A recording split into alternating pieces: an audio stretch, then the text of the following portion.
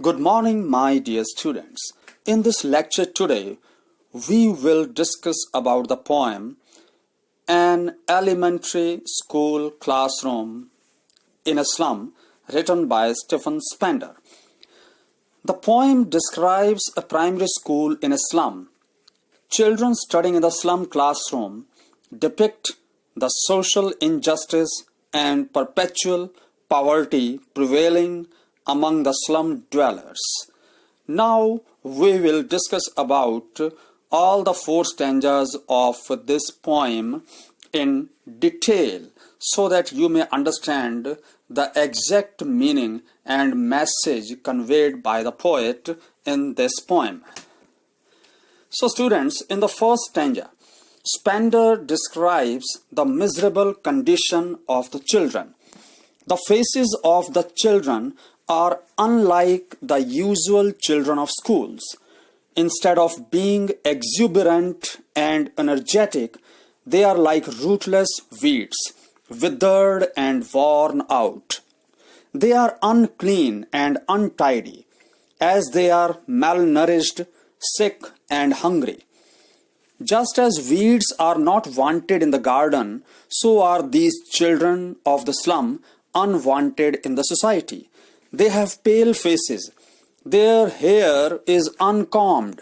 A tall, slim girl has her head bowed down as though she is exhausted physically because of malnutrition and emotionally because of poverty. The other students of the class are also in the same situation. There is a boy who is as thin as paper, again because of malnutrition and lack of civic amenities.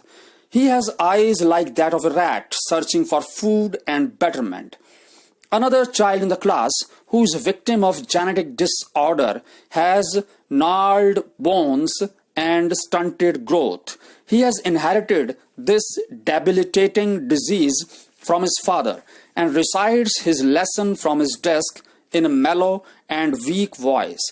In one corner of this poorly lit and ill-equipped class is a sweet, unnoticed young child lost in the world of his dreams.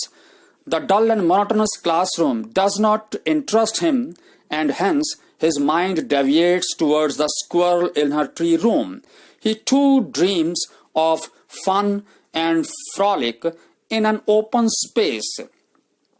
It means that the children are not properly nourished and they are suffering from various problems because of the poverty. They are downtrodden people and they are trapped within the four walls of that slum area. And the dream to get rid of this miserable place and condition because they feel suffocation in such sort of environment which does not provide them opportunity to lead a decent and comfortable life full of fundamental facilities and amenities with which they can pull on their lives in a nice and easy, comfortable manner. So this is the gist of stanza 1 as told by the poet in this poem. Now let us discuss about stanza 2. The poet describes the dirty classroom. On the walls are displayed the names of people who have given donations. The bust of Shakespeare is displayed in the clear background of the sky. Walls have pictures of the beautiful tireless valley as well as a map of the world drawn according to the will and whims of the powerful people. The children's eyes can only view a narrow road enclosed with a dull sky. It is quite a dreary and depressing place for children, and it is far, far away from the spacious world of rivers, capes, and stars. So they are, again, the poet is trying to convey their miserable condition of their lives. Now we will move on to the stanza 3rd. In this stanza, the pensive mood of the poet suddenly turns aggressive and feels that the Shakespeare is wicked. This is because he misleads the children, means Shakespeare misleads the children. He shows them a beautiful world of ships, sun, and love, which is not only unreal for them, but has a corrupting influence on these slum children and instigates them to steal and try to escape from their cramped holes. Their existence is indeed very sad. These hungry children are so thin that it appears that they are wearing only skins and their bones are peeping out of the skin. The spectacles they are wearing have glass which has been broken and mended.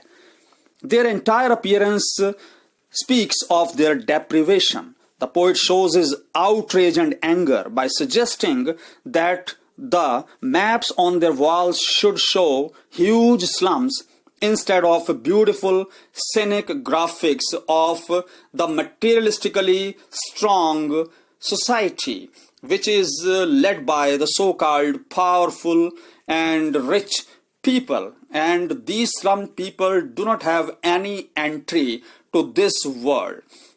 Finally, in the last stanza, the poet reveals the horrible truth that there can be no change for the better unless a governor, a school inspector, or an educationist or a visitor comes to the school. The map in their classroom is the only medium for the children to view the world outside their slums. The windows of their classroom shut them and confine them to their world of poverty and helplessness. Next, poet appeals to those people who are in power to liberate these slum children from the horrible life that they are leading.